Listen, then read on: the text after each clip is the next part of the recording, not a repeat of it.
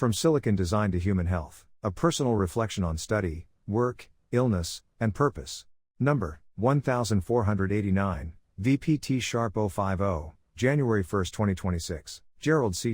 EclaireMD Foundation. Category: General Information. I was trained as an engineer, centered on building complex systems. My career spanned mechanical design and analysis, semiconductor IC chip design, artificial intelligence, algorithms, and the creation of high-tech business. 12 years of my professional work focused on electronic design automation software tools, ADA, especially placement and routing algorithms, that determine how billions of transistors and microscopic wires are arranged, so signals move fast without overheating or failure. These technical problems cannot be solved by intuition alone. They require algorithms that manage enormous complexity. While respecting physical limits, my daily work involved reducing errors, shortening critical paths, and making invisible systems work reliably. When something failed, my job was to understand why, and prevent it from happening again. That way of thinking shaped everything I did. For many years, I did not realize it was also shaping my health. For over 4 decades, my body lived under constant pressure. My health journey moved from obesity to diabetes, and eventually to 9 life-threatening disease events.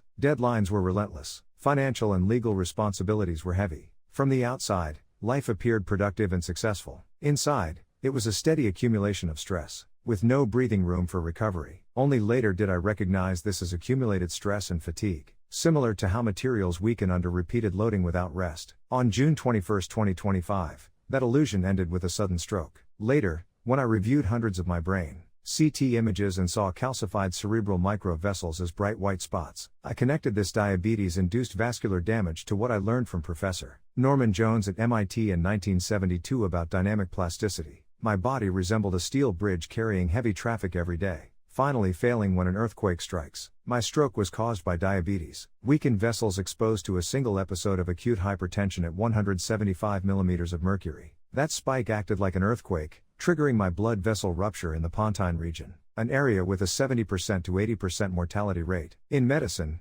stroke is described as loss. From my experience, it was also a forced reset. My body weakened, but my mind reorganized. I lost some memory due to post-stroke seizures. At the same time, my pattern recognition improved. I could see relationships faster, with less mental noise and less reliance on complex calculations. This did not feel mystical. It felt practical. Mental energy once consumed by prestige, responsibility, and external expectations disappeared. That energy shifted toward clarity and internal understanding. My thinking became simpler, not more complicated. During recovery, I treated myself as a small laboratory. I observed memory, fatigue, sleep, exercise, emotional stress, blood pressure, and cognition. I measured blood pressure nearly 20 times a day. I wrote everything down. I compared trends, not isolated events, like watching a movie instead of a single frame. This was the same systems approach I used in engineering, now applied to my own health. What became clear was that recovery is not linear. Good days and bad days follow patterns. Improvement does not come from force. It comes from balance,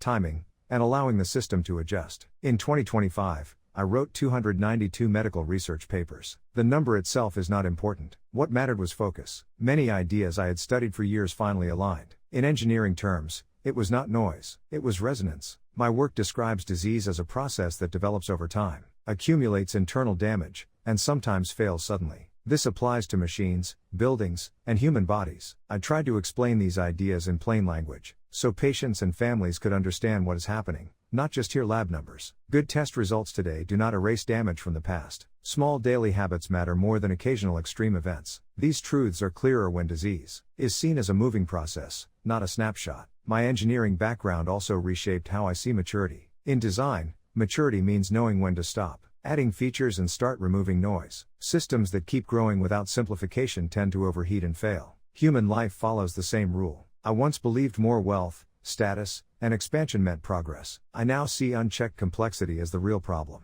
Excess wealth often increases stress instead of reducing it. For me, spending on education and charity became more meaningful than accumulation. Continuous education creates long-term signal. Excess worry creates noise. In 2025, my motivation clarified. I no longer write for ambition or recognition. I write to understand, preserve what I learned, and help others while time allows. Purpose works better than ambition. It simplifies thinking and removes unnecessary pressure. I do not see my medical research work as a legacy. I see it as a record, an honest archive of what one person learned by paying attention. Over a long time, If this helps someone simplify life, notice warning signs earlier, or approach recovery with patience instead of force, then it has value. That is enough for me. Disclaimer: I write this article not for fame, but to share what I have learned so others can understand health, prevent disease, and live better lives. This content is provided for educational reference only, and does not constitute medical advice. No doctor-patient relationship is created. You may share this article freely, but it must not be altered,